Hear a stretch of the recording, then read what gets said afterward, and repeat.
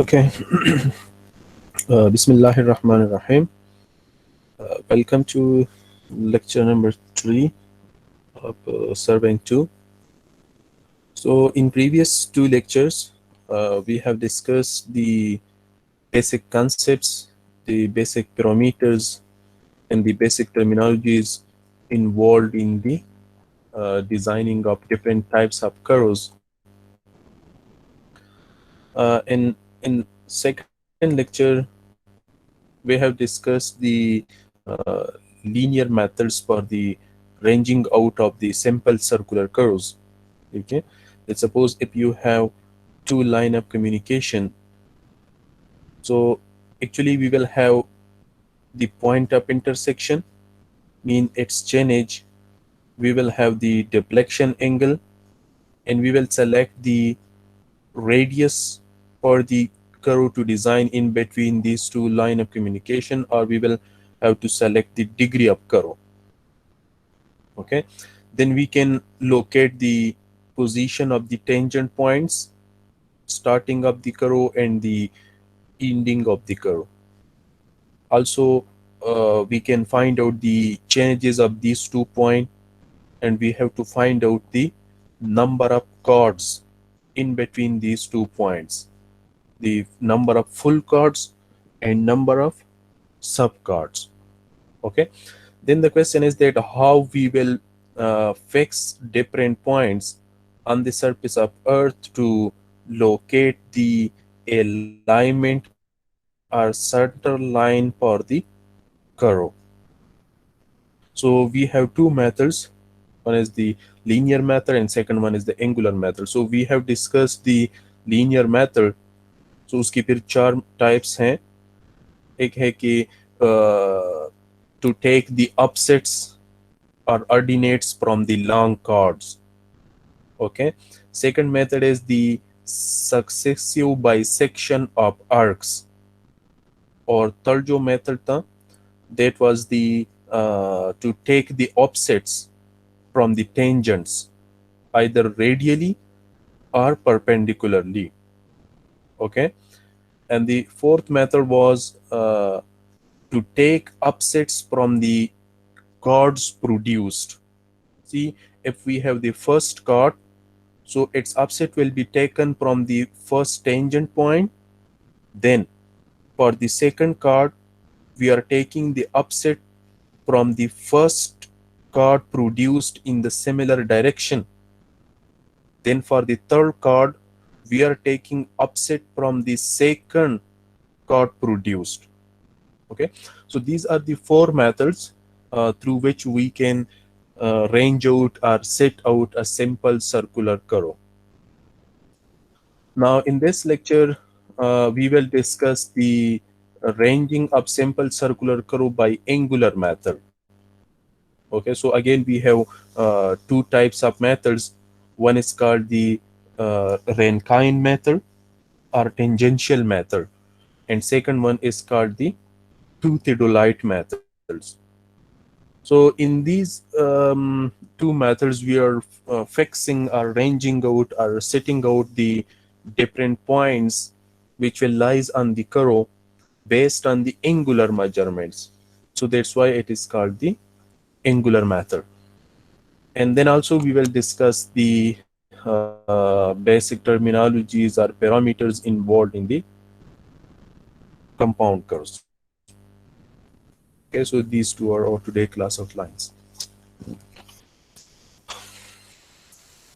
So as we have discussed that the curves can be ranged out or set out by linear methods where chain and tapes are used. Okay, as we have discussed that either you are taking offsets from chords, or you are successively bisecting the arcs, or you are taking the offsets from tangents, or you are taking offsets from the chords produced. So all of these methods, the linear measurements are involved. Okay, we are taking the distances. Yeah, we are measuring the horizontal distances from some respective or standard line. And another method is the angular method, in which the theodolite is used, or some angular measuring instrument will be used. Okay, and chain or tape can be used with these method for the convenience. Okay, yeah, for easily yeah, quickly taking the, yeah, fixing the points, we can use the chain or tape. Okay, now जो first method है angular methods में, that is the रेनकाइन method, या that is also called the tangential method, और फिर जो next method है that is called the two theodolite method. Okay, so in this method the curves is set out the tangential angle upon called the deflection angles with a theodolite chain or tape. Okay, ये जो first method है इसके साथ chain या tape used होता है, और second method जो है ये पेवरली एंगुलर मेथड है, उसमें जस्ट टू theodolites यूज होते हैं. ठीक है, so let's see that Rankine method से हम किस तरह एक करो रेंज आउट या सिट आउट कर सकते हैं. सो फॉर एग्जांपल हमारे पास ये फर्स्ट टेंजेंट है या फर्स्ट लाइन ऑफ कम्युनिकेशन है, और ये हमारे पास सेकंड लाइन ऑफ कम्युनिकेशन है. Okay, so this will be the intersection point, and for example this is the angle of deflection.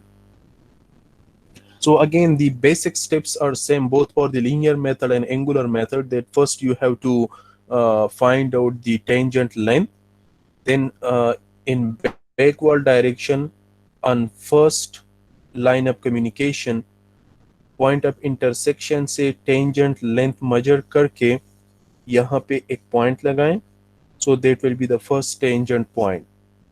फिर सेकंड लाइन ऑफ कम्युनिकेशन पे forward direction में वो tangent length major करके एक पॉइंट लगाएं, सो that will be the next tangent point. And also find out the changes of these 2 points and find out the number of full chords and subchords. So for example, the length of first subchord is C1. The length of first chord is C1. The length of second chord will be C2, and that will be equal to the length of next chord, mean third one, fourth one, up to second last. इनकी length same होते हैं ना, और कितने होते हैं जी, कोई बता सकता है? स्टैंडर्ड कार्ड का लेंथ कितना होगा जी? सर एक चेन के बराबर, एक चेन के बराबर होगा, मीन 30 मीटर होगा या 100 फीट होगा. इफ नॉट स्पेसिफाइड, अगर स्पेसिफाइड है कि स्टैंडर्ड चेन आप 10 मीटर ले ले या 20 मीटर ले ले या 15 मीटर ले ले तो वही होगा. अगर स्पेसिफाइड नहीं है तो फिर इन स्टैंडर्ड कार्ड्स का जो लेंथ है दैट विल बी 30 मीटर या 100 feet. Okay, so you will have to find out the number of full cards and number of subcards and the lengths of these 2 subcards. ये तो basic calculations है, दोनों methods में हम करते हैं. ठीक है, नाउ ये जो फर्स्ट एंगुलर मेथड है जी, सर मैं कह रहा हूँ अगर स्पेसिफाइड हो, मतलब हमने अगर 20 मीटर का बनाना है तो सबके लिए 20 होगा जितने भी कॉर्ड्स बनेंगे. हाँ, वो स्टैंडर्ड लेंथ उसका 20 मीटर होगा. ठीक है,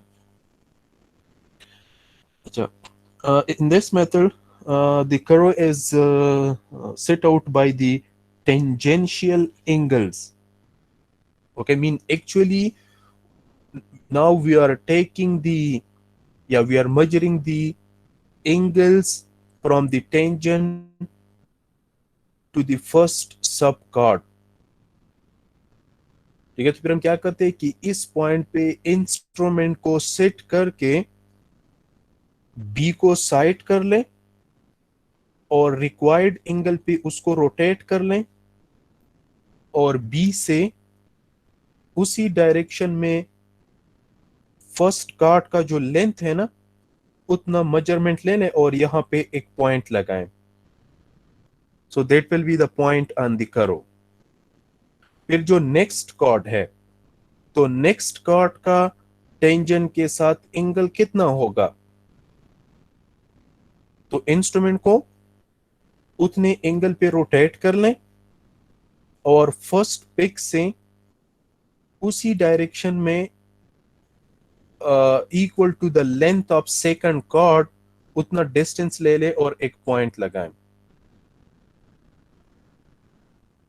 ठीक है, जो थर्ड कॉर्ड है उसका एंगल आपने कैलकुलेट किया होगा, सो T1 से इंस्ट्रूमेंट के जरिए उतने एंगल पे उसको रोटेट कर लें और उसी डायरेक्शन में यहां से आपने टेप या चेन के जरिए जो है उतना डिस्टेंस मेजर करके वहां पे एक पॉइंट लगाए।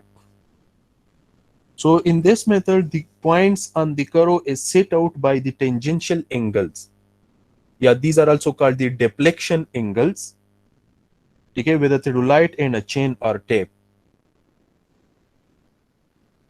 ठीक है, इन theodolite के जरिए आपने एंगल्स लेने हैं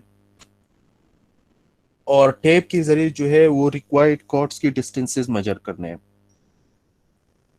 ठीक है, so now let's we can say that derive the equation for the deflection angle, या जो टेंजेंशियल एंगल्स हम लेते हैं कि कितने एंगल्स पे आपने इंस्ट्रूमेंट को रोटेट करना होगा फॉर द फर्स्ट कार्ड और सेकंड कार्ड और थर्ड कार्ड। ठीक है, so for example again C1 जो है that is the length first card, ठीक है, C2 and up to Cn-1 these are the lengths of the standard chords and Cn is the length of the last chord। now AB जो है that is the first we can say that first tangent, okay, or the rear tangent or the back tangent to the curve।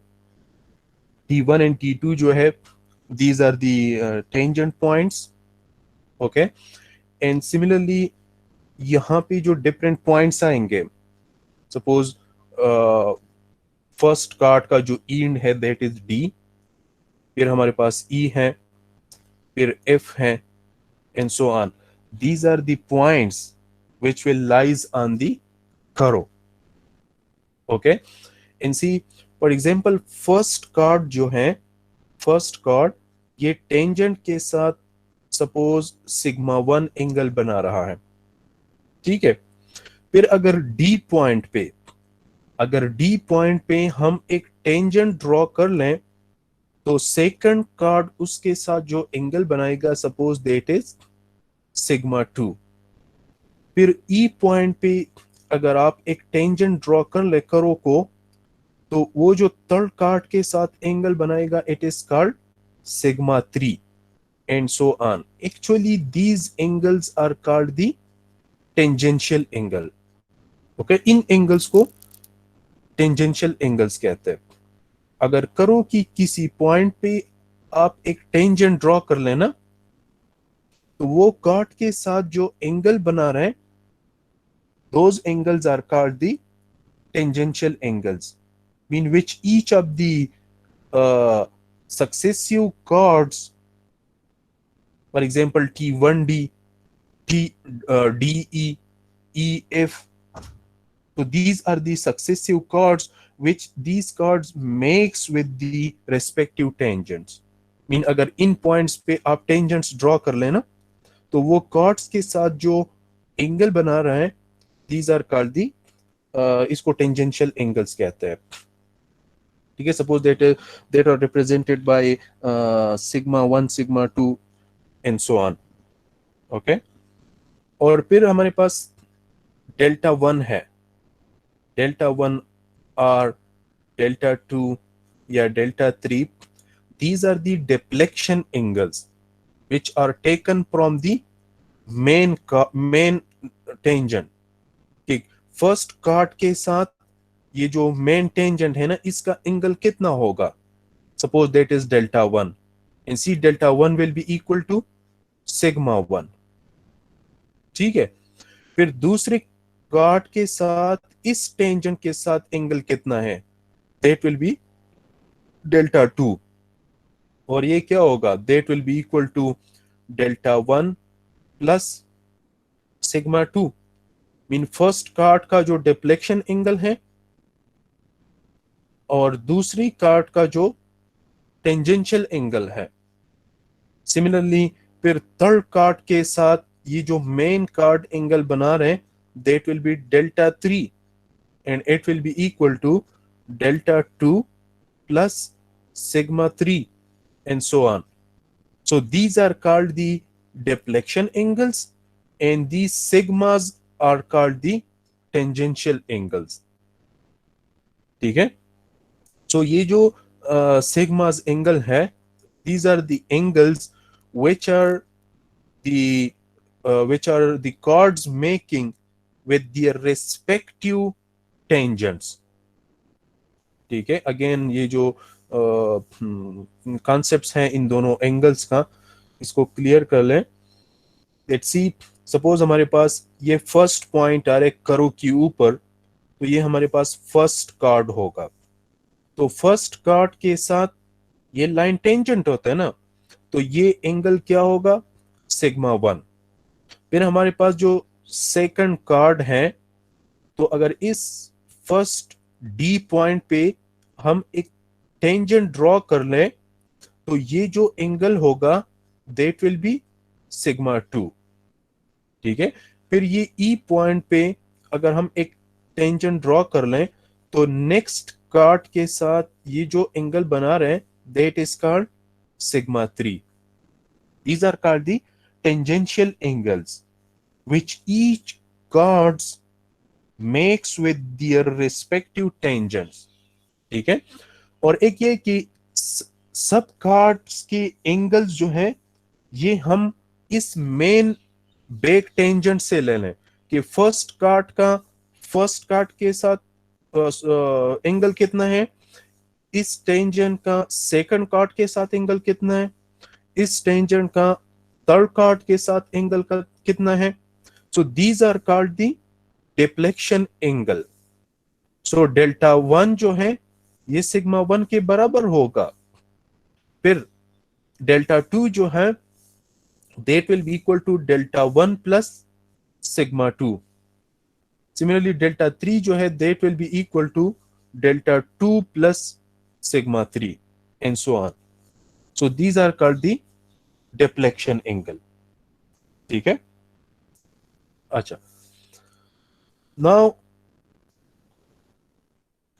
ये जो हमारे पास suppose first card है, ठीक है, first chord जो है ये suppose D is the first point on the curve, और ये T1D ये फर्स्ट कार्ड है, उसका लेंथ क्या होगा, C1।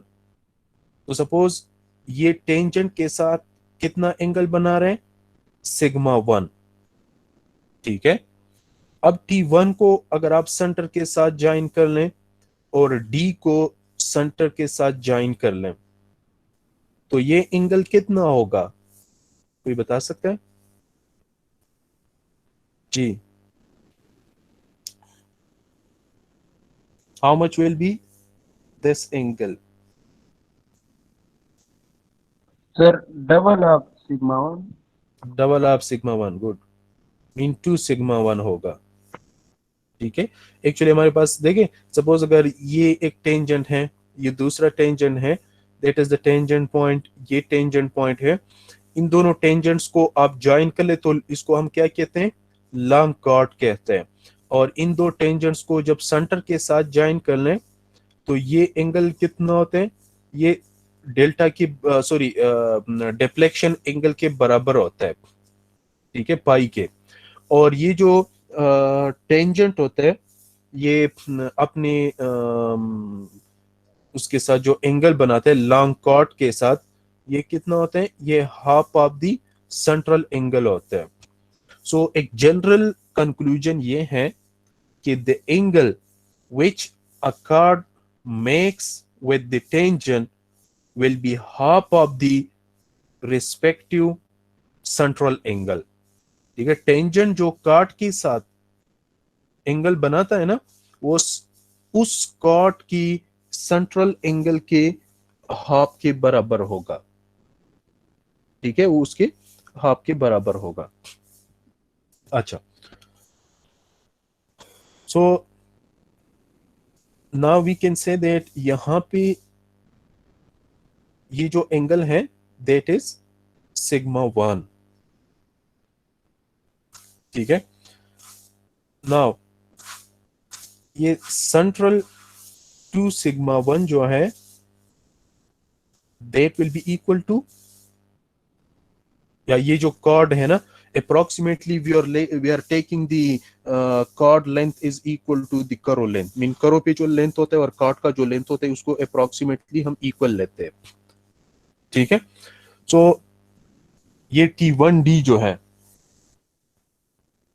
ये किसके बराबर होगा जी? हम्म, ये करो लेंथ जो है ना, या फर्स्ट कार्ड का जो लेंथ है T1D, या इस पे जो करो आएगा T1D, वो किसके बराबर होगा? हम्म, जी, S is equal to r theta ना, generally S is equal to r theta. तो ये किसके बराबर हो जाएगा?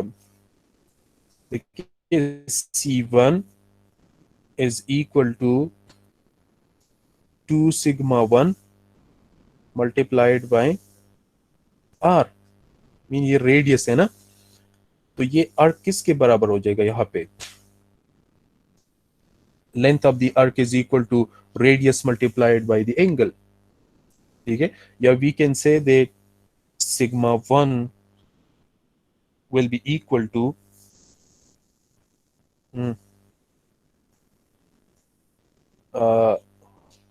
C1 divided by 2R।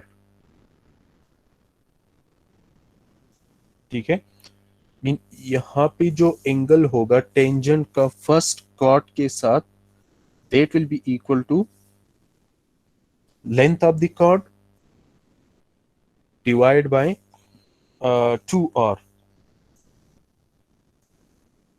ठीक है, या इस तरह भी हम कर सकते हैं कि सपोज दी इसका हम रेशो ले ले विद द होल सर्कल। ठीक है, तो ये जो कॉर्ड है इसका लेंथ कितना है? C1 डिवाइड बाय इसका सेंट्रल एंगल कितना है? 2 सिग्मा 1। पूरे सर्कल का लेंथ कितना होता है? 2 पाई आर, और उसका सेंट्रल एंगल कितना होता है? 360 डिग्री।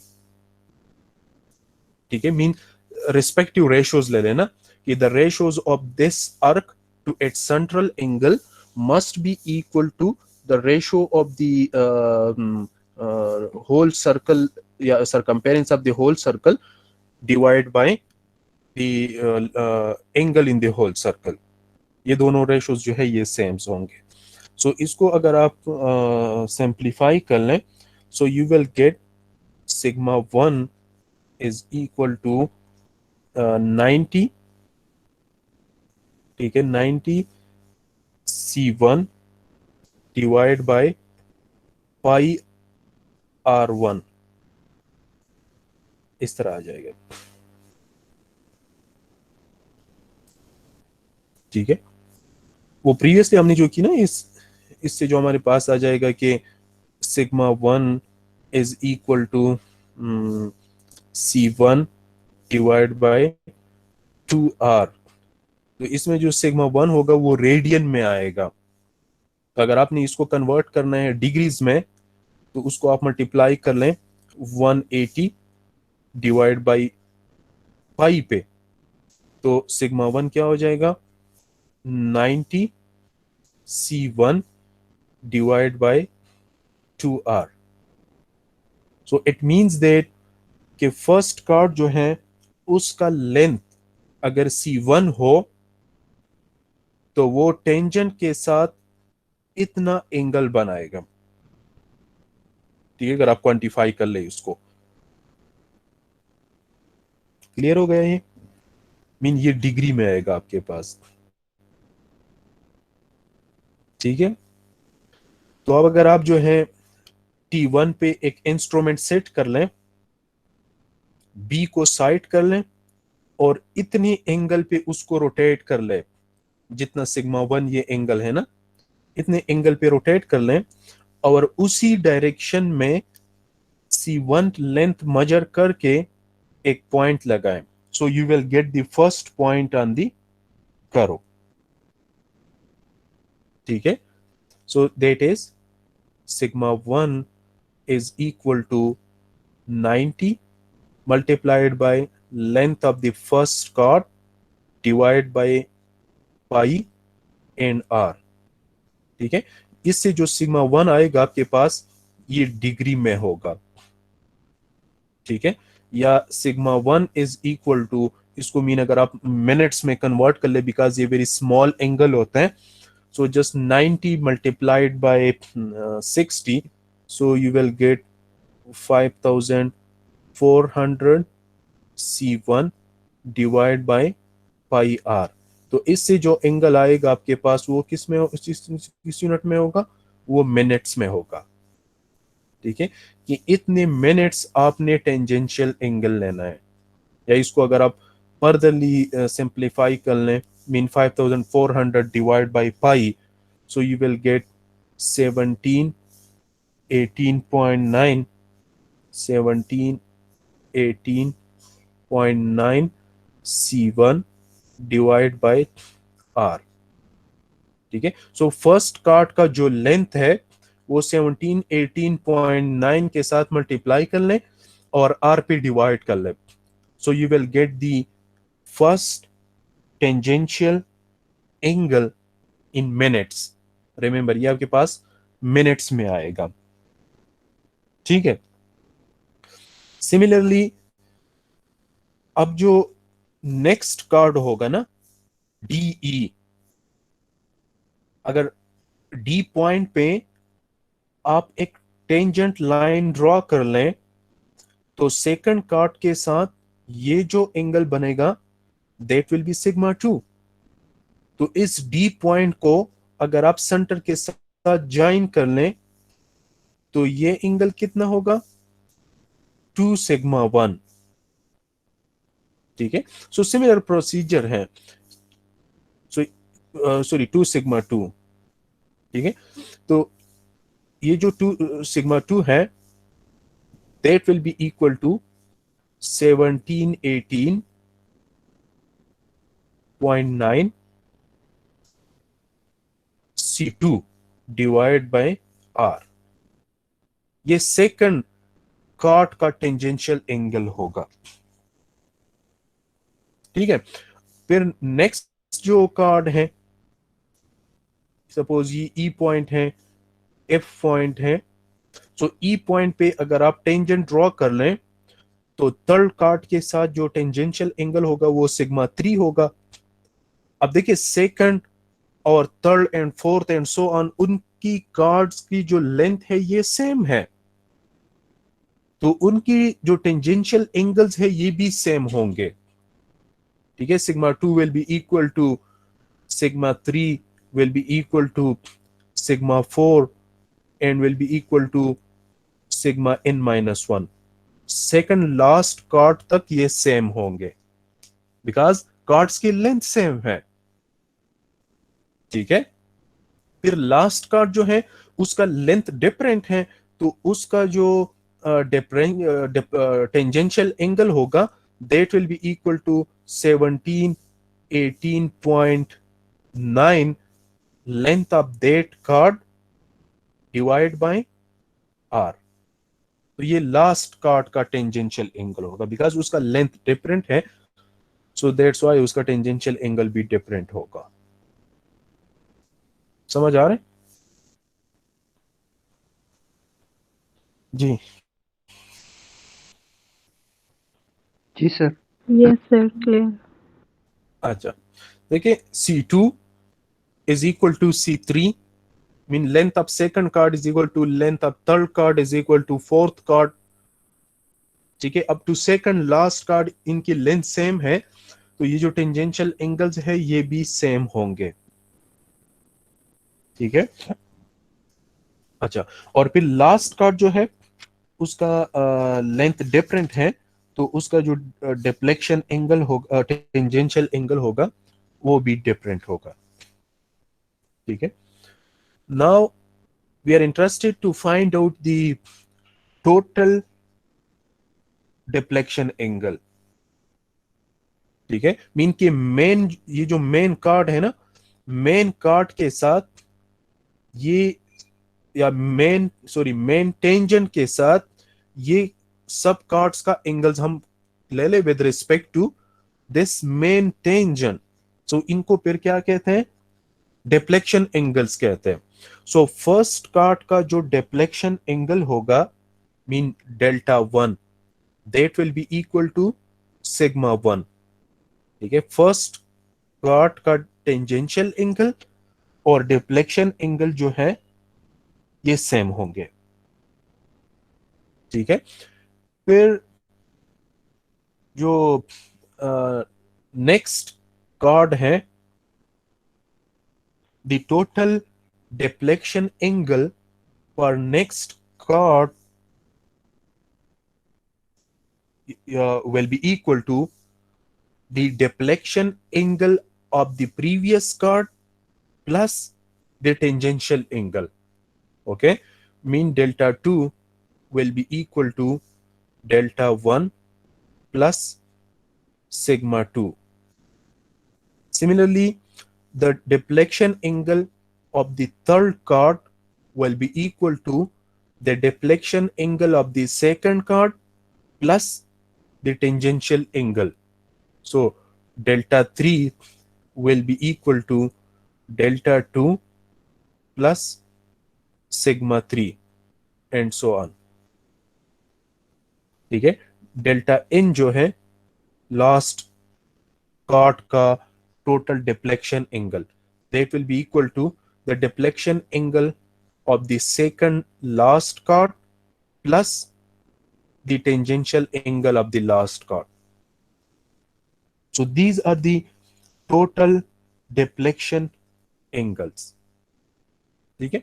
और आखिर जो सपोज अगर FT2 जो है ये लास्ट कार्ड है ना, लास्ट कार्ड, तो ये टोटल एंगल इस तरह आ जाएगा ना, मीन T1B ये जो टेंजेंट है, ये लास्ट कार्ड के साथ ये जो एंगल बनेगा, या लास्ट पॉइंट के साथ जो एंगल बनेगा, ये इस टोटल एंगल के बराबर होगा। और ये कितना होता है जी, मेन कार्ड के साथ टेंजेंट का टोटल एंगल कितना होता है 90 जी, 90 नहीं होता, 90 तो रेडियस के साथ होता है ना। ये टेंजेंट का मेन कार्ड के साथ टोटल एंगल कितना होता है, π/2 होता है, half of the deflection angle. So ये एक चेक है कि टोटल डिफ्लेक्शन एंगल या the deflection angle of the last chord must be equal to π/2, because last जो डिफ्लेक्शन एंगल आप लेते हो तो आखिर T2 पॉइंट के साथ लेते हैं ना, और T2 पॉइंट के साथ ये लॉन्ग कार्ड हम ज्वाइन करके उसका जो एंगल है वो π/2 के बराबर होता है। So the total deflection angle delta n will be equal to π/2, ठीक है। सो देखिए, जब आप फाइंड कर लें number of full chord and sub chords, और आपके पास जो है length of first sub chord और लास्ट सब कार्ड्स आ जाएंगे, so then you can calculate these deflection angle delta 1, delta 2, delta 3 and so on, ठीक है। सो जब आप ये डिफ्लेक्शन एंगल्स कैलकुलेट कर लें, फिर जो है टेडोलाइट को फर्स्ट T1 पॉइंट पे सिट कर लें, ठीक है। मीन इस T1 पॉइंट पे इंस्ट्रूमेंट को सेट कर लें और डेल्टा 1 एंगल पे उसको रोटेट कर लें, ठीक है। मीन इंस्ट्रूमेंट को T1 पॉइंट पे सेट कर ले, डेल्टा 1 एंगल पे उसको रोटेट कर लें, और इस लाइन में C1 आप मेजर कर लें। मीन फर्स्ट कार्ड को जो लेंथ है ना, टेप के जरिए उतना डिस्टेंस मेजर करके यहाँ पे एक पॉइंट लगाएं। फिर इंस्ट्रूमेंट को डेल्टा 2 एंगल पे रोटेट कर लें, और इस फर्स्ट पॉइंट से सेकंड कार्ड का जो लेंथ है उतना मेजर करके एक पॉइंट लगाए। सो आपके पास नंबर ऑफ पॉइंट्स आ जाएंगे, and that will represent the alignment of the curve.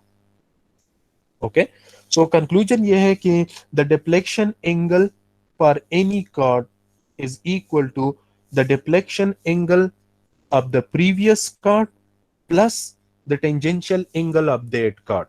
Mean किसी भी कार्ड की जो डिफ्लेक्शन एंगल होता है ना, it will be equal to the deflection angle of the previous card plus the tangential angle of that cards.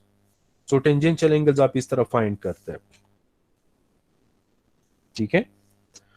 so ये जो हमने एंगल्स फाइंड किए हैं, these are based on the radiuses। जब आपके पास कार्ड्स के लेंथ्स गिवन हो और कर्व का रेडियस गिवन हो, तो फर्स्ट टेंजेंशियल एंगल इसके बराबर होगा, second, third, fourth and so on, ये टेंजेंशियल एंगल्स इसके बराबर होंगे, और लास्ट टेंजेंशियल एंगल इसके बराबर होगा, ठीक है। अब सपोज अगर आपके पास डिग्री ऑफ कर्व गिवन है, ये रेडियस की जगह डिग्री ऑफ कर्व गिवन है, तो फिर देखें सिग्मा 1 क्या होगा। we know that sigma 1 is equal to 17 18.9 C1 divide by R, ठीक है। तो अगर डिग्री ऑफ कर्व आपके पास गिवन है, तो ये R किसके बराबर है, रेडियस किसके बराबर होता है in term of degree of curve, हम किस तरह लिखते हैं फिर, याद है आपको, R जो है that is equal to 17 18.9 divide by D, ठीक है। आर इसके बराबर है ना, अगर आप उसको कन्वर्ट कर ले, we can say that degree of curve में। रिमेंबर ये जो इक्वेशंस हमने डिराइव किए हैं फॉर द टेंजेंशियल एंगल्स, इसमें आर जो है ये मीटर में होगा, C1 या लेंथ ऑफ कार्ड जो है ये भी मीटर्स में होंगे, और ये जो सिग्मास की वैल्यूज आएंगे आपके पास, ये क्या होंगे, ये मिनट्स में होंगे, ठीक है। यूनिट्स को याद रखें, ठीक है। R और C1 मीटर में होंगे, और ये जो डिफ्लेक्शन एंगल्स हैं ये मिनट्स में होंगे, ठीक है। So now we know that sigma 1 is equal to 17 18.9 C1 divided by R. So R जो है that is equal to 17 18.9 divided by D, mean degree of curve में अगर आप उसको कन्वर्ट कर लेना, ठीक है। So इसको अगर आप सिंप्लीफाई कर लें, तो sigma 1 is equal to C1 D1, ठीक है। अच्छा, एक पॉइंट याद रखें कि यहाँ पे हमने जो सिग्मा 1 लिया था वो क्या था, वो मिनट्स में है ना, और डी क्या होता है, डी डिग्री में होता है। तो पहले सिग्मा 1 को अगर हम कन्वर्ट कर लें उसमें डिग्रीज में, तो 60 में इसको डिवाइड कर लें, कि सिग्मा 1 भी डिग्री में हो और या फिर जो डी है ये भी डिग्री में हो, ठीक है। तो आपके पास क्या आ जाएगा, C1 डी डिवाइड बाय 60, ठीक है। सो अगर डिग्री ऑफ कर्व गिवन है, तो फिर फर्स्ट टेंजेंशियल एंगल क्या होगा, C1 D डिवाइड बाय 60, आपके पास डिग्री में आएगा ये, ठीक है, कि इतना डिग्री टेंजेंशियल एंगल है। सिमिलरली सिग्मा 2 जो है that will be equal to 17 18.9 C2 divide by, mean अगर 60 में इसको आप डिवाइड कर लें, तो ये इक्वेशन जो है ये डिग्री में कन्वर्ट हो जाएगा, मल्टीप्लाइड बाय आर। तो आर की जगह आप पुट कर ले 17 18.9 divide by R, sorry, divide by d, so you will get C2, ठीक है, C2 d डिवाइड बाय 60 आ जाएगा। And we know that C2 C3 C4 ये कितने होते हैं, ये स्टैंडर्ड कार्ड्स के बराबर होते हैं। सो C2 के जगह आप 30 फुट कर ले, इसकी जगह आप क्या पुट कर ले, 30 मीटर पुट कर ले, बिकॉज इसका लेंथ तो स्टैंडर्ड गिवन होते हैं ना। तो sigma 2 is equal to d/2। समझ आ रहा है कि नहीं? Mean second chord, third chord, fourth chord and so on, इनकी जो टेंजेंशियल एंगल्स हैं, those angles will be equal to half of the degree of the curve. Clear हो गया ये? इन स्टैंडर्ड कार्ड्स की जो डिफ्लेक्शन एंगल्स है, सॉरी, स्टैंडर्ड कार्ड्स की जो टेंजेंशियल एंगल्स हैं, ये डिग्री ऑफ द कर्व के हाफ के बराबर होंगे। क्लियर हो गया जी? Yes sir. अच्छा, और लास्ट कार्ड जो है उसका जो टेंजेंशियल एंगल आएगा, if the degree of the curve is given, that will be equal to Cn d divide by 60। ठीक है, तो अब देखिए हमारे पास अगर radius of the curve given है, ये कंक्लूजन हो रहा है अभी, अगर radius of the curve given है तो फर्स्ट टेंजेंशियल एंगल इसके बराबर होगा, second, third, fourth and so on, वो टेंजेंशियल एंगल्स इसके बराबर होंगे, लास्ट टेंजेंशियल एंगल इसके बराबर होगा। ठीक है, और ये जो टेंजेंशियल एंगल्स होंगे ये मिनट्स में होंगे, लेंथ ऑफ द कार्ड जो है ये मीटर्स में है और रेडियस भी मीटर्स में है। ठीक है, अगर डिग्री ऑफ कर्व गिवन है, रेडियस गिवन नहीं है, डिग्री ऑफ कर्व गिवन है, तो फिर फर्स्ट टेंजेंशियल एंगल ये होगा, second, third, fourth and so on, ये टेंजेंशियल एंगल जो है ये half of the degree of curve के बराबर होंगे, लास्ट टेंजेंशियल एंगल जो है ये इसके बराबर होगा, और ये जो टेंजेंशियल एंगल्स हैं ये डिग्रीज में होंगे। ठीक है, so then we can calculate the deflection angle from these tangential angle. So the first deflection angle will be equal to the first tangential angle, फिर second deflection angle will be equal to the first deflection angle plus second tangential angle, फिर third deflection angle will be equal to second deflection angle plus third tangential angle and so on. Mean the deflection angle of any card will be equal to the deflection of the previous card plus the tangential of that card. ठीक है, तो जब आपके पास ये deflection angles आ जाएंगे सारे cards के लिए, ठीक है, ये तो पहले आपने क्या करना है, कैलकुलेट्स करने हैं, so then you can set out the curves. ठीक है, एंड चेक ये है कि लास्ट डिफ्लेक्शन एंगल जो होगा ये π/2 के बराबर होगा। ठीक है, सो इसका we can say that practical procedure क्या है कि T1 पॉइंट पे टेडुलाइट को फिक्स कर लें, मीन उसकी सेंटरिंग लेवलिंग कर लें। ठीक है, और B को साइट कर ले, ठीक है, मीन इस लाइन में उसका टेलीस्कोप रखें और एंगल जो है उसको 0 कर लें। ठीक है, फिर जो फर्स्ट डिफ्लेक्शन एंगल है ना आपने जो कैलकुलेट की हुई है Δ1, वो सिग्मा 1 के बराबर होगा, तो उतने एंगल में उसको रोटेट कर लें।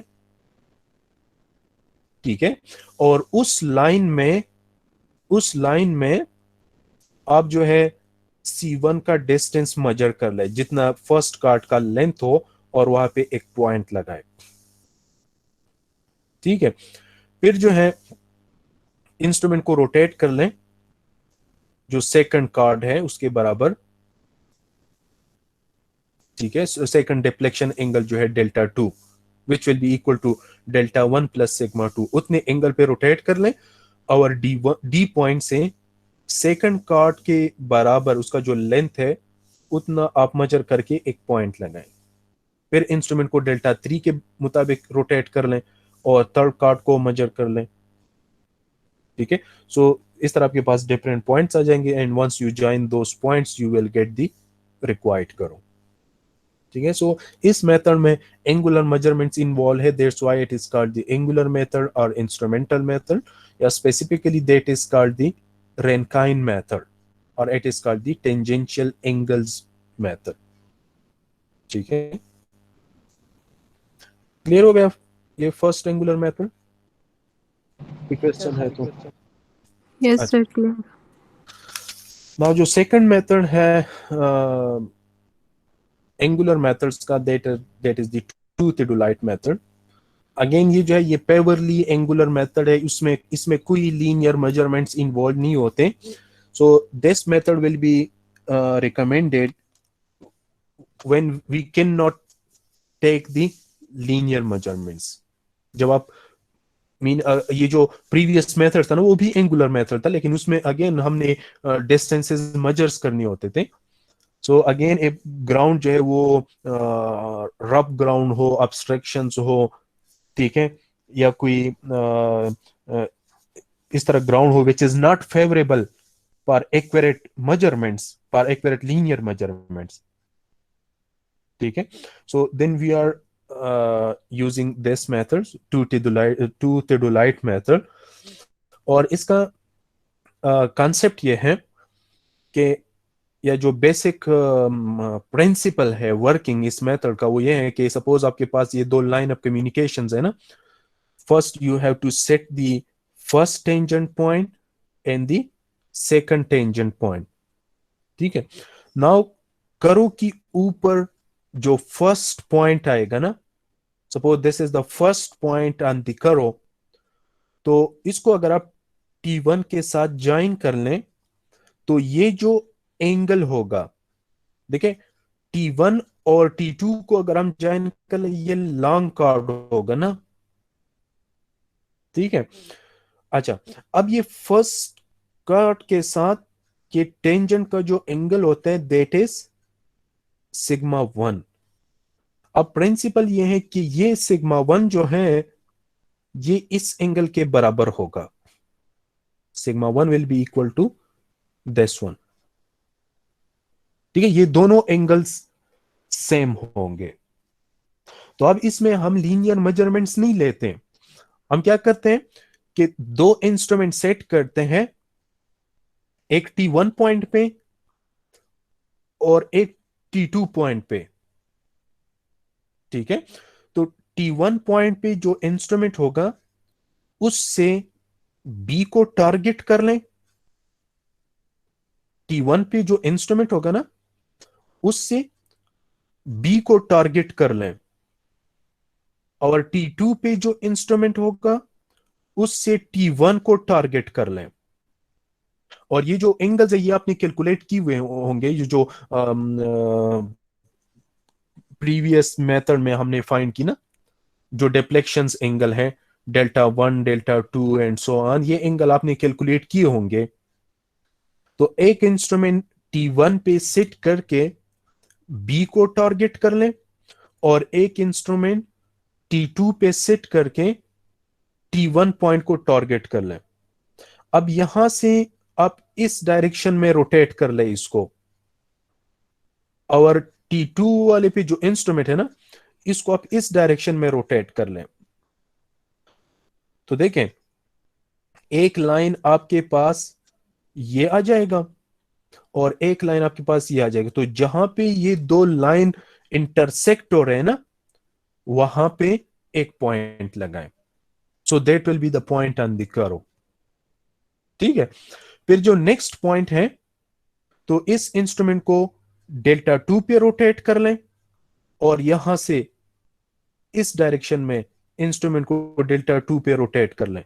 तो जहां पे ये इंटरसेक्ट्स होंगे, इन दोनों के जो line of communication, sorry line of sites जो हैं या लाइन ऑफ कॉलिमेशंस जो हैं, जहां पे ये दोनों इंटरसेक्ट्स होंगे वहां पे एक पॉइंट लगाएं।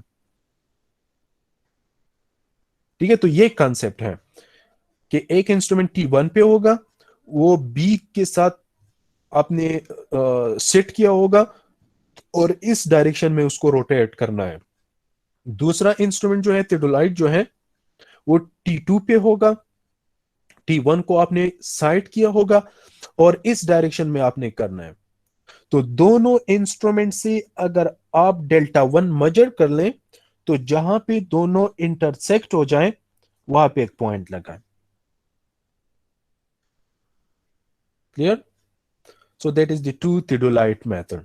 अगेन आपने ये डिफ्लेक्शन एंगल जो हमने प्रीवियस स्लाइड में डिस्कस की, ये आपने कैलकुलेट करने हैं। ठीक है, तो ये प्रोसीजर है कि इंस्ट्रूमेंट को आप किस तरह, सॉरी करो को आप किस तरह सेट करेंगे। देखिए अगेन, एक इंस्ट्रूमेंट T1 पे सेट कर लें, set up a theodolite over the T1 point and another theodolite at T2 point. ठीक है, T1 पे जो इंस्ट्रूमेंट सेट किया हुआ है उसका जो टेलीस्कोप होता है ना, इंस्ट्रूमेंट का जो टेलीस्कोप है वो B के तरफ कर लें और उसमें जो रीडिंग्स होते हैं, एंगल्स होते हैं, वो 0 0 कर लें। मीन टेलीस्कोप इस डायरेक्शन में है और एंगल 0 है। यहां पे जो इंस्ट्रूमेंट है उससे T1 को साइड कर लें, मीन टेलीस्कोप इस डायरेक्शन में कर लें और एंगल जो है वो 0 0 होगा। ठीक है, फिर ये जो फर्स्ट इंस्ट्रूमेंट है ये डेल्टा 1 पे रोटेट कर लें। तो जब आप डेल्टा 1 पे रोटेट करेंगे तो आपके पास ये लाइन ऑफ कम्युनिकेशन आ जाएगा, मीन टेलीस्कोप इस डायरेक्शन में होगा। ठीक है, सिमिलरली T2 पे जो इंस्ट्रूमेंट है उसको भी डेल्टा 1 पे रोटेट कर लें लेकिन इस डायरेक्शन में, तो उसका लाइन ऑफ कम्युनिकेशन ये होगा। तो ये दोनों जहां पे इंटरसेक्ट हो जाए तो उस पॉइंट पे एक पेग लगाए। ठीक है, so that will be the first point. फिर इस थियोडोलाइट को डेल्टा 2 पे रोटेट कर लें। सिमिलरली यहां पे जो इंस्ट्रूमेंट है उसको भी डेल्टा 2 पे रोटेट कर लें। तो आपके पास दूसरा लाइन ऑफ कम्युनिकेशन ये आ जाएगा फर्स्ट इंस्ट्रूमेंट का, और सेकंड इंस्ट्रूमेंट का लाइन ऑफ कम्युनिकेशन ये आ जाएगा। तो जहां पे इंटरसेक्ट हो जाए वहां पे एक पॉइंट लगाएं। ठीक है, so this through this you will get the different points which will represent या which will show the alignment of the curve. ठीक है, and you can see that in this method no chain or tape is used to fix the points. Okay, but the points are located by the intersection of the line of sight of two instrument। दो instrument की जो line of site है या line of communication है उनकी intersection जहां पे हो रही है वहां पे हम पॉइंट लगा रहे हैं। सो दिस मेथड जो है ये सिंपल भी है, एक्यूरेट भी है। ठीक है, बट ये थोड़ा सा एक्सपेंसिव है, इसमें दो इंस्ट्रूमेंट यूज होंगे, दो सर्वेयर यूज होंगे। ठीक है, क्लियर हो गया? Yes Yes, sir. सर। अच्छा, एक और मेथड है which is called the tacheometric method. ठीक है, सो प्रोसीजर सेम है जिस तरह हमने डिस्कस की। Mean this method is some time used when the curve is to be set out over rough ground, and in this method a tacheometer is used instead of theodolite. ठीक है, just instrument change होते हैं। Again जिस तरह हमने discuss की ना, हमारे पास जो टू थियोडोलाइट मेथड है वो हम कब यूज करते हैं? when we have a rough ground, when we cannot take the linear measurements, तो फिर हम टू थियोडोलाइट्स मेथड यूज करते हैं। ठीक है, अगेन अगर टू थियोडोलाइट्स नहीं है और ग्राउंड जो है वो रफ है तो फिर आप क्या करते हैं? तो फिर हम एक टेकोमीटर को यूज करते हैं। टेकोमीटर जो है ये एक इंस्ट्रूमेंट है लाइक theodolite, ठीक है, लेकिन उसमें जो चेन और टेप हम यूज नहीं करते। जो डिफ्लेक्शन एंगल्स हमने कैलकुलेट की हुए थे ना, जो प्रीवियसली हमने डिस्कस की, आल्सो इस इंस्ट्रूमेंट से हम लेंथ लेते हैं। मीन ये इंस्ट्रूमेंट आप फिक्स कर लेना T1 पॉइंट पे, ठीक है। आपके पास फर्स्ट टेंजेंट है तो T1 पॉइंट पे टेकोमीटर सेट कर लें, ठीक है, और डेल्टा 1 पे रोटेट कर लें, तो ये खुद ब खुद आपको जो है लेंस देते हैं। अगर यहाँ पे आप एक एक पॉइंट उससे टारगेट कर लेना तो ये आपको दे देते हैं कि ये डिस्टेंस कितना है। उसके ऊपर एक स्क्रीन लगा होता है, ठीक है। या डिस्टेंसेस जो है हम कैलकुलेट करते हैं, ठीक है। The deflection angles which we have calculated before and the lengths of the cards are calculated. ये कि मतलब ये है कि यहाँ पे आप टेकोमीटर को सेट करके रिक्वायर्ड डिफ्लेक्शन एंगल पे उसको रोटेट कर लें, और फिर जो है इस लाइन में आपने स्टॉप को पकड़ना होता है। ये जो सर्वे 1 के लैब में हमने यूज किया था ना, लेवलिंग स्टॉप, ठीक है।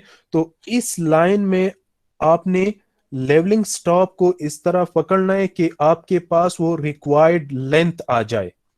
Required length mean length of the first chord आ जाए। अगेन हमने प्रैक्टिकल मेजरमेंट्स लेना नहीं होता, ठीक है। उस लाइन में आपने स्टॉप को उस पॉइंट पे पकड़ना है कि आपके पास इस तरह आ जाए, staff intercept is equal to upper hair minus lower hair, ठीक है। अगर आप देखें ना उसमें जब आप देखते हैं इंस्ट्रूमेंट में, तो आपके पास थ्री हेयर्स होते हैं, upper hair, middle hair and lower hair.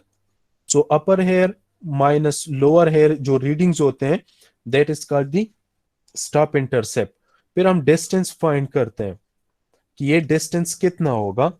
So that is equal to F by I S plus A plus D, ठीक है, इनटू बस ये है। ये एफ बाई आई जो है ये कांस्टेंट है इंस्ट्रूमेंट्स के, ठीक है। हर इंस्ट्रूमेंट्स के कांस्टेंट होते हैं, नॉर्मली ये 100 के बराबर होता है। एस जो है ये अपर हेयर माइनस लोअर हेयर है, और ए प्लस डी जो है ये भी कांस्टेंट है।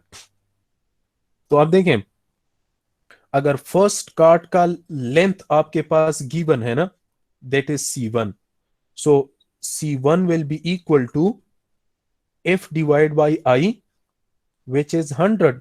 मीन ये एक कांस्टेंट है ना, ये गिवन है।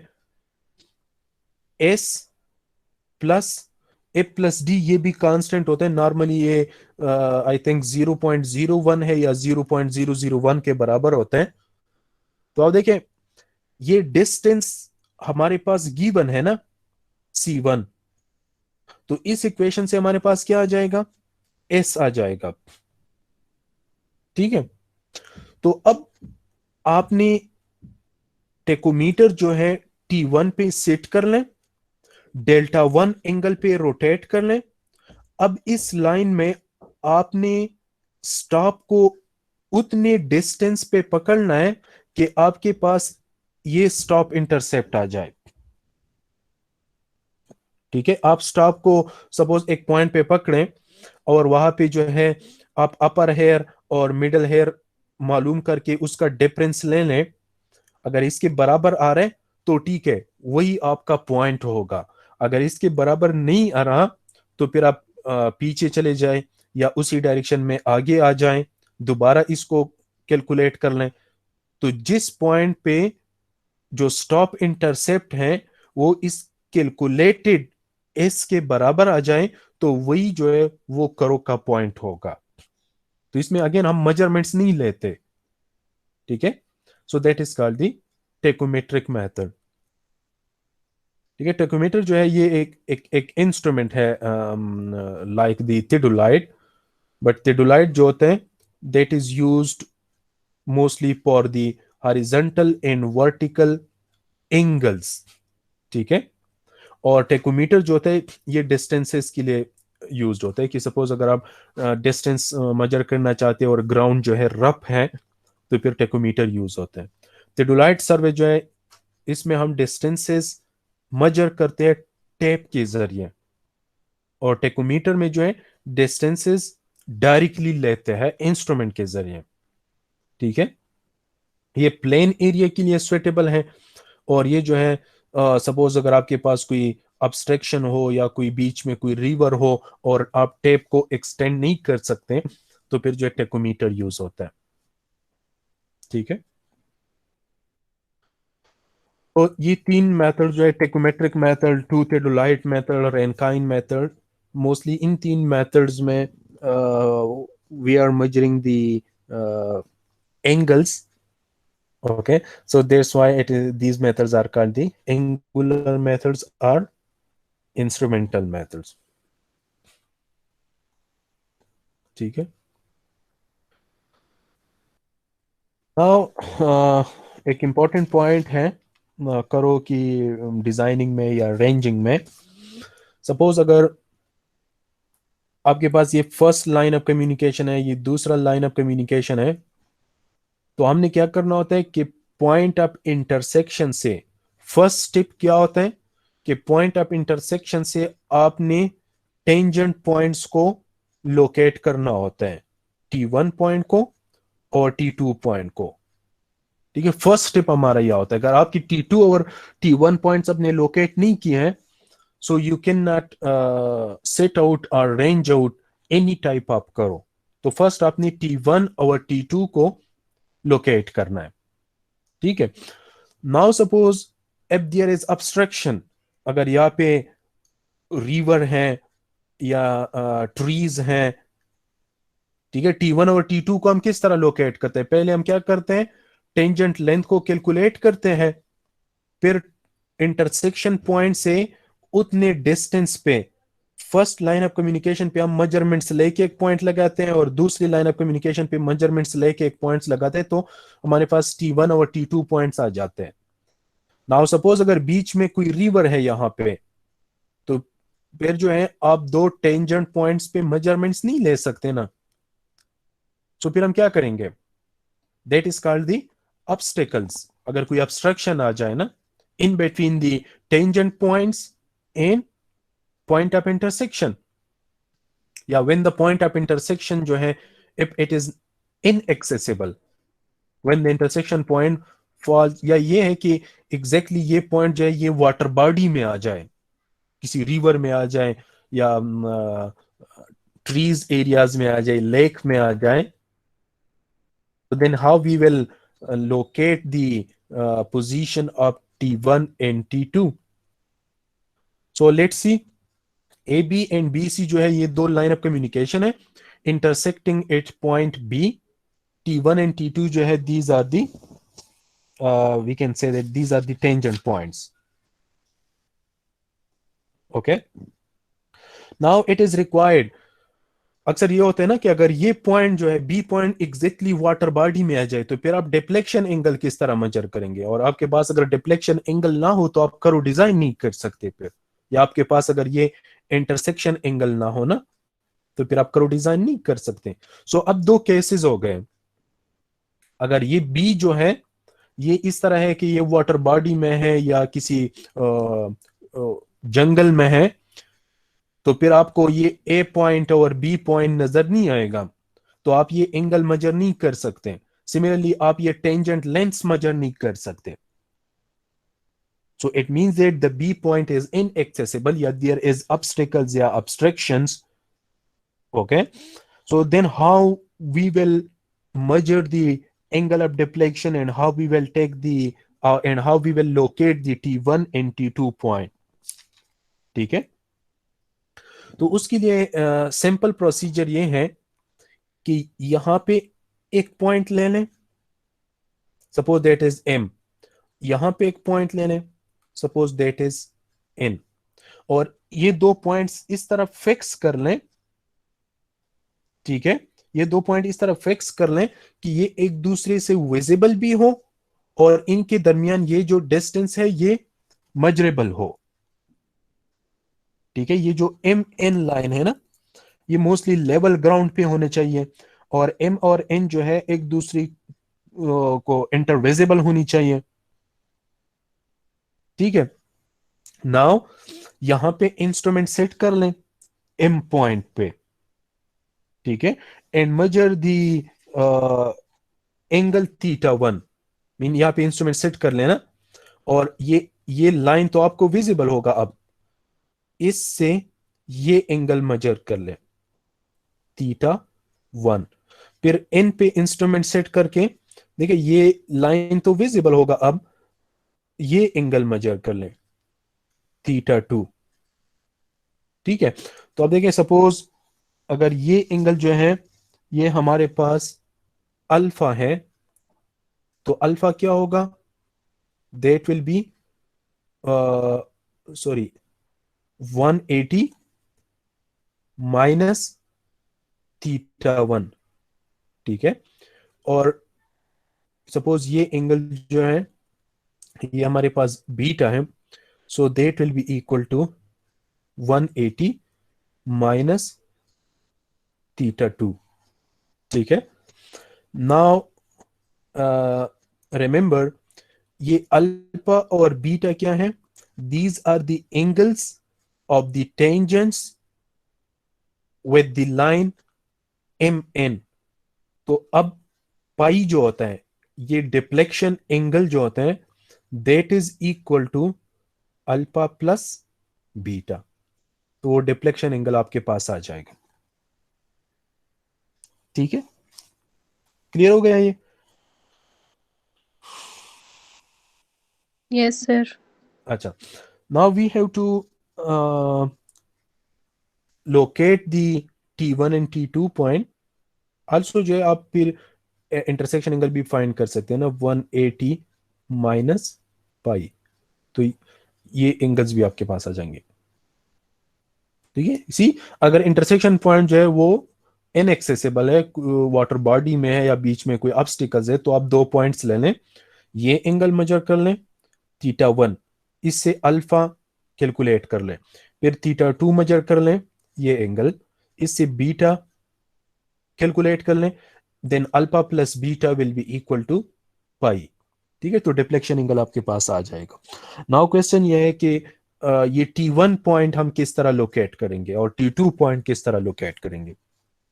ठीक है, सो देखें ये एम एन जो है इसको प्रैक्टिकली आपने मेजर करना होगा, प्रैक्टिकली एम एन को मेजर करना होगा। अब देखें, we know that M B divide by sine angle beta. ठीक है, ये जो एम बी है ना, mean this side divide by sine of opposite angle, mean इस साइड का अपोजिट एंगल ये है, M B divide by sine beta must be equal to M N divide by mean this side divide by इसका opposite angle ये है sign angle of intersection. अब देखें बीच में ऑब्स्ट्रक्शन है ना, ये हम मेजर नहीं कर सकते, तो कैलकुलेट कर सकते हैं, बिकॉज बीटा गिवन है, इंटरसेक्शन एंगल भी गिवन है, एम एन हमने मेजर किया हुआ है। ठीक है, so we will get M B that is equal to sine beta, ठीक है, मल्टीप्लाइड बाय एम एन और divide by sine angle of intersection. ठीक है, सिमिलरली ये जो बी एन डिस्टेंस है, this B N, it will be equal to bn, it will be equal to sine alpha multiplied by mn divided by sine of intersection।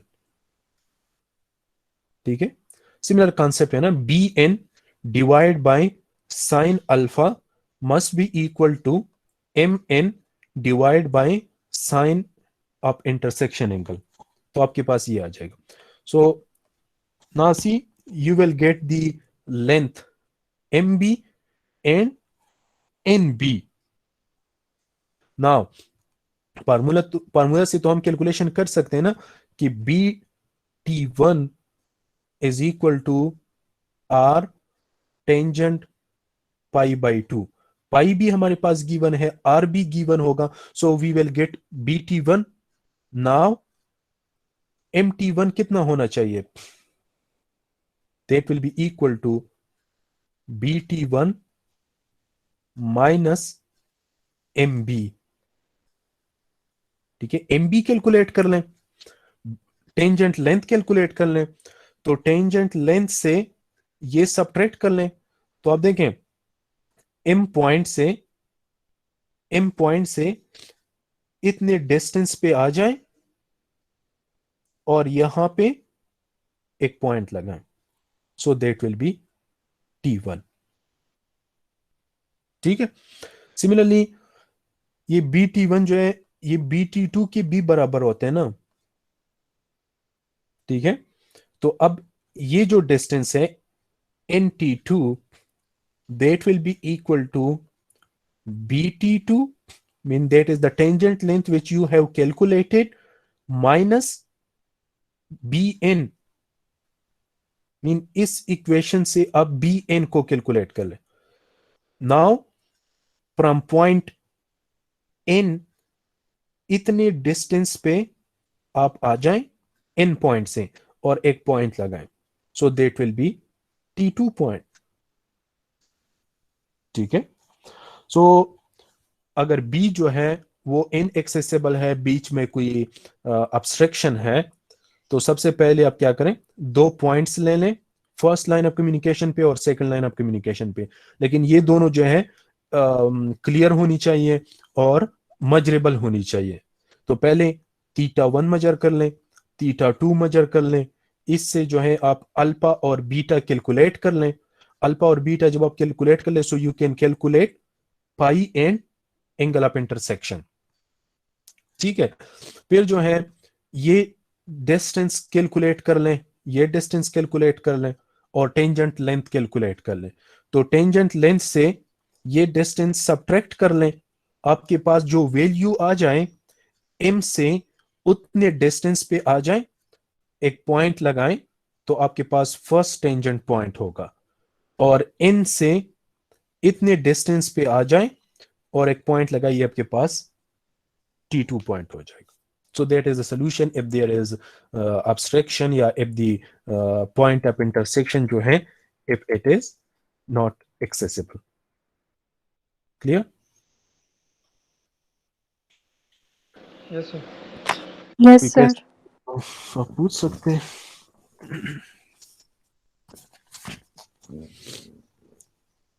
Okay, last एक comprehensive problems है.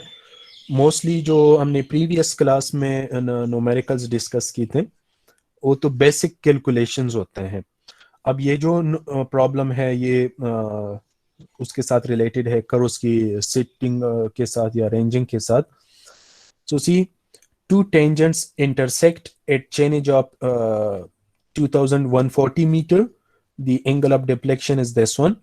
Calculate all the data necessary for setting out the curve with radius is 600 meter. Now the three parameters which are required for the designing of the curve are given. One is the change of the point of intersection, the deflection angle and the radius of the curve.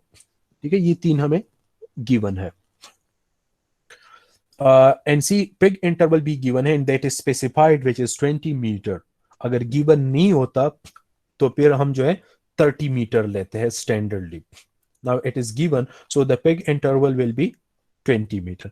So first we will have to calculate all the necessary data, and also we have to set out the curve by deflection angle method and by offset from the chord. ये linear method है और ये angular method.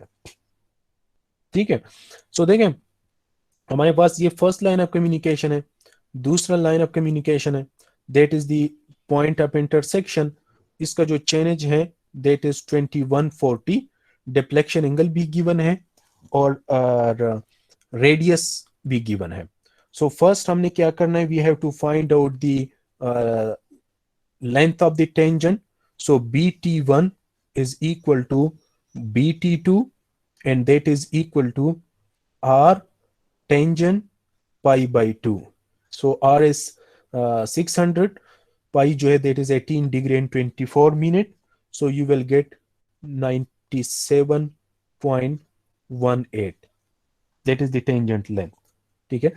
Similarly, calculate the length of the curve, which is equal to pi r pi divided by 180. Again, it is a function of radius and deflection angle. Both are given. So you will get 192.68. ये सब metres में आ रहे. ठीक है. Now first tip क्या है हमारे पास, T1 point का लोकेशन. तो 2140 मीन या इस पॉइंट से आप 97.18 मीटर आ जाएं और यहां पे एक पॉइंट लगाएं, ये T1 होगा. सिमिलरली बी से इस डायरेक्शन में 97.18 चले जाए, यहाँ पे एक पॉइंट लगाएं, ये T2 होगा. ठीक है.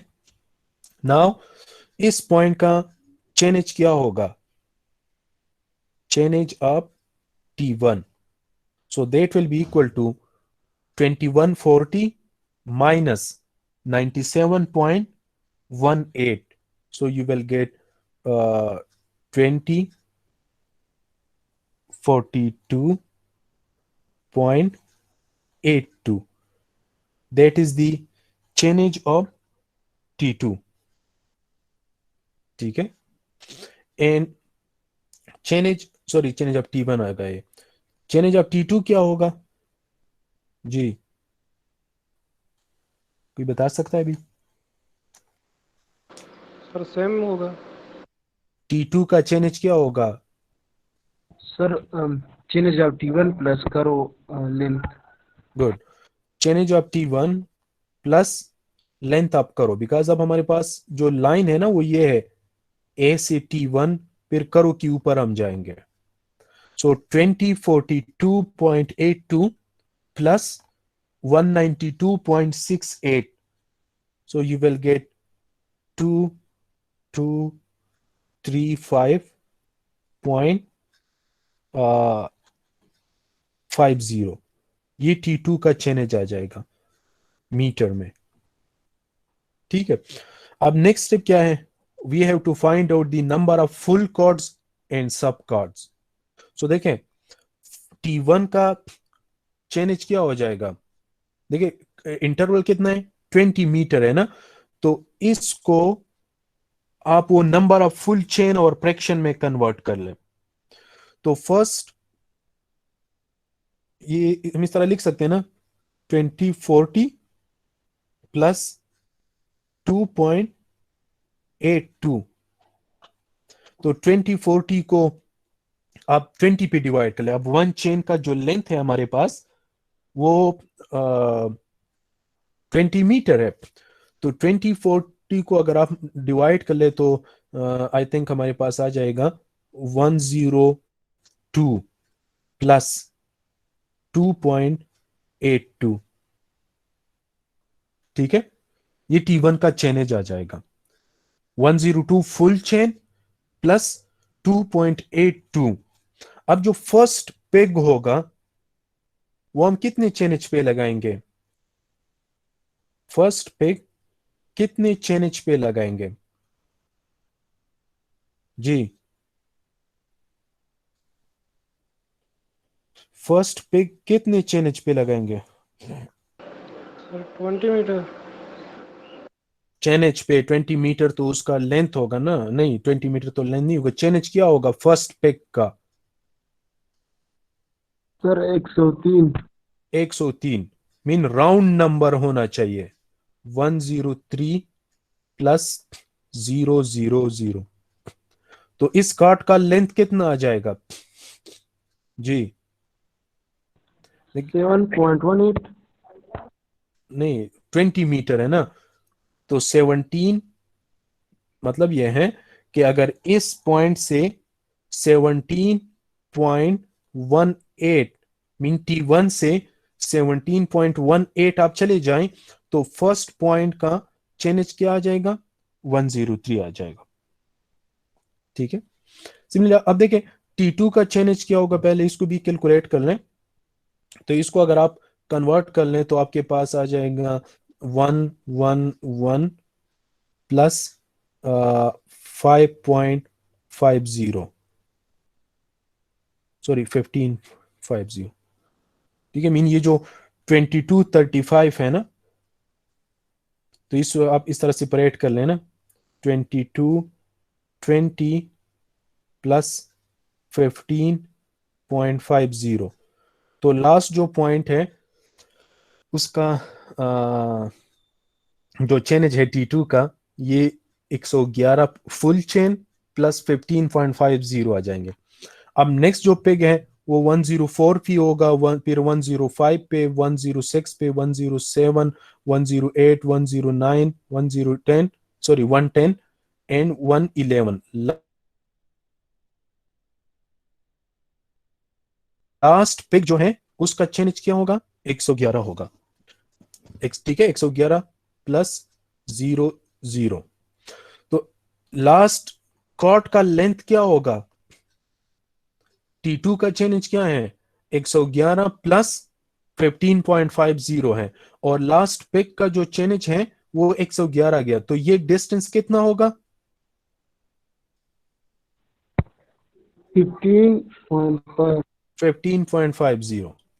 सो देखिए बीच में 111 माइनस 103, सो 8 फुल कार्ड्स हो गए और 2 सब कार्ड्स हो गए। तो फर्स्ट सब कार्ड का जो लेंथ है दैट इज 17.18 मीटर, और लास्ट जो सब कार्ड है उसका लेंथ 15.50 मीटर हो गए।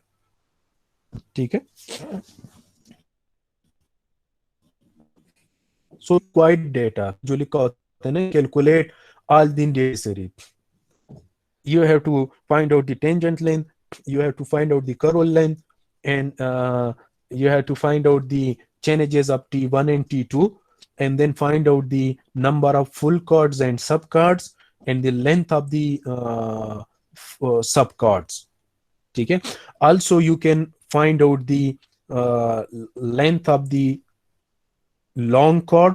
ठीक है, ये जो long chord है ना उसका लेंथ क्या होगा, so that is equal to 2r sin pi by 2। इसको भी आप कैलकुलेट कर सकते हैं। सिमिलरली जो मिड ऑर्डिनेट है उसको कैलकुलेट कर लें, एक्सटर्नल ऑर्डिनेट को कैलकुलेट कर लें। ठीक है, so these are the basic parameters. ठीक है, अच्छा इसके बाद क्या है, you have to set out this करो डिफ्लेक्शन। सो के लिए आपने डिफरेंट डिफ्लेक्शन एंगल्स जो है वो फाइंड करने हैं। ठीक है, so now the length of the cards are given, number of the cards are also given। so first जो डिफ्लेक्शन एंगल होगा ये टेंजेंट एंगल के बराबर होगा। ठीक है, so C sigma 1 first calculate कर लें, दैट इज इक्वल टू 8.9। ठीक है, C1 divide by R। So C1 जो है that is the length of the first card, R जो है ये रेडियस है। तो इसमें अगर आप वैल्यू पुट कर ले, देखिए ये इक्वेशन से आपके पास जो वैल्यू आएगा वो मिनट्स में होगा। So it will give you 49 minute 13.07 second. ठीक है, सिमिलरली सिग्मा 2 ये सेकंड कार्ड का होगा ना, सिग्मा 3 थर्ड कार्ड का होगा। ठीक है, टोटल हमारे पास कितने कार्ड्स हैं, 10 कार्ड्स हैं, 2 सब कार्ड्स हैं और 8 जो है वो फुल कॉर्ड्स है. So sigma 2 will be equal to sigma 3, that will be equal to up to sigma n. बिकार जो है लेंथ आपका सेम है ना, तो इन की जो टेंजेंशियल एंगल्स है ये भी सेम आएंगे. ठीक है, and that will B 17 18.9 multiplied by standard length कितना है कॉर्ड का 20 divide by r. Mean radius भी गिवन है, दैट इज 600 मीटर है. ठीक है, so from this you will gate 57 minute. ठीक है, 57 minute and 17.8 second. Similarly last card का जो डिफ्लेक्शन एंगल है, ठीक है सर, ये सिग्मा 9 तक होगा. लास्ट कार्ड जो है वो सिग्मा 10 होगा, बिकॉज 10 कार्ड्स हैं हमारे पास, तो लास्ट कार्ड का टेंजेंशियल एंगल सिग्मा 10 होगा, and that will B 17 18.9 multiply the last card is 15.5. ठीक है, देखिए 17 18.9 मल्टीप्लाइड बाय 15.50. ठीक है, divide by radius which is given and that is 600, so you will get 44 minute and 24.3 second. So these are the tangential angle. Now आपने क्या करना है, deflection angles find करने हैं. So delta 1 is equal to sigma 1 and that is equal to 49 minute 13.07 second. ठीक है, similarly delta 2 will be equal to delta 1 plus sigma 2. so अब delta 1 हमारे पास given है, that is 49 minute 13.07 second plus इसके साथ sigma 2 8 कर लें, which is 57 minute 17.8 second. so 57 minute और 49 मिनट इसको आप ऐड कर लें तो आपके पास आ जाएगा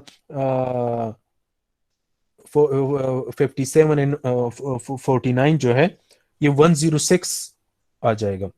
सो 106 minute mean 1 degree 46 second, sorry 1 degree 46 minute, और ये 17.8 और 13.07 जो है इसको अगर आप ऐड कर लें, so you will get 30.87 second.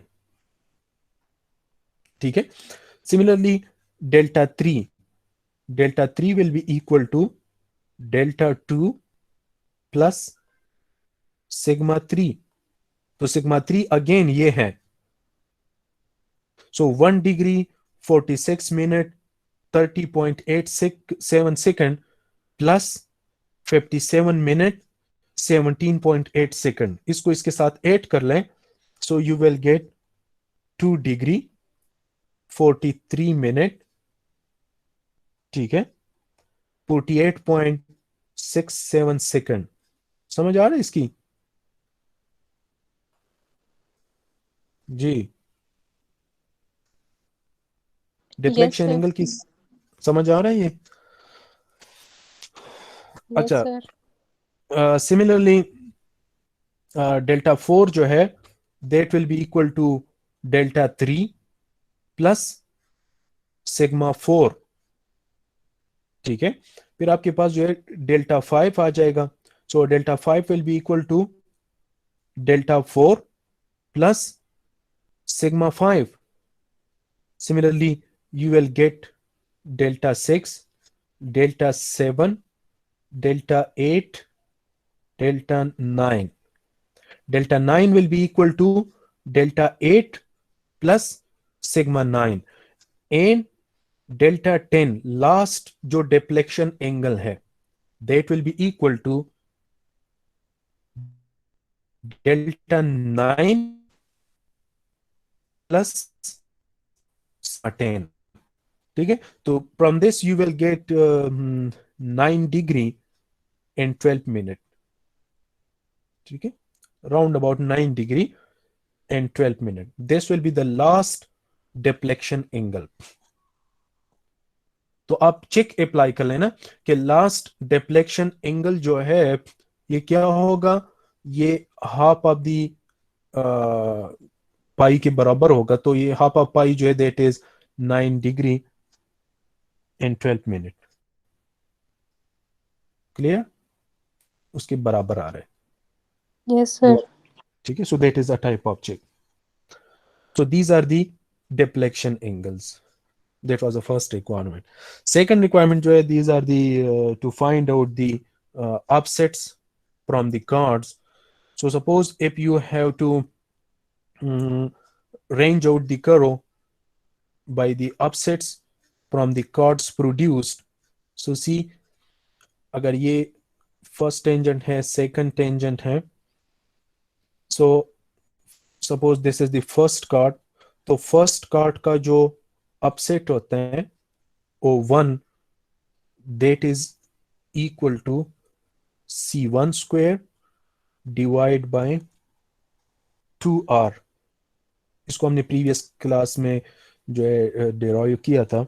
So again C1 जो था दैट वाज हमने जो फाइंड किया है that is 17.18, I think 17.18 meter. So C1 is 17.18 square divided by 2R, so you will get 0.25. ठीक है, फिर जो नेक्स्ट कार्ड है, तो फर्स्ट कार्ड को अगर आप प्रोड्यूस कर ले तो सेकंड कार्ड तक ये अपसेट कितना होगा, दैट इज O2. सिमिलरली जो थर्ड कार्ड है, अगर सेकंड कार्ड को आप प्रोड्यूस कर लें तो थर्ड कार्ड तक ये अपसेट कितना होगा, और ये सेम होते हैं ना, बिकॉज इनकी लेंथ सेम है। So O2 will be equal to O3 and so on. It will be equal to O9 second last तक, and that are equal to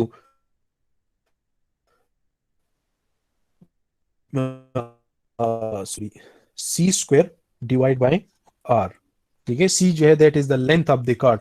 So सब cards की जो length है वो same है, कितना है वो 20 meter, remember, divide by R. So square of 20 divide 0.67.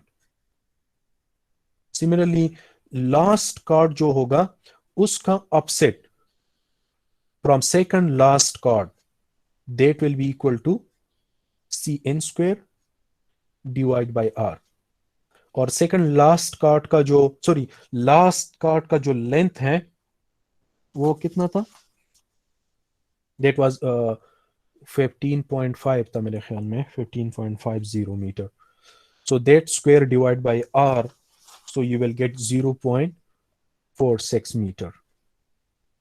ठीक है, so these are the upsets from the cards produced. So this was all about the setting out or the ranging out of the simple circular curves. ठीक है।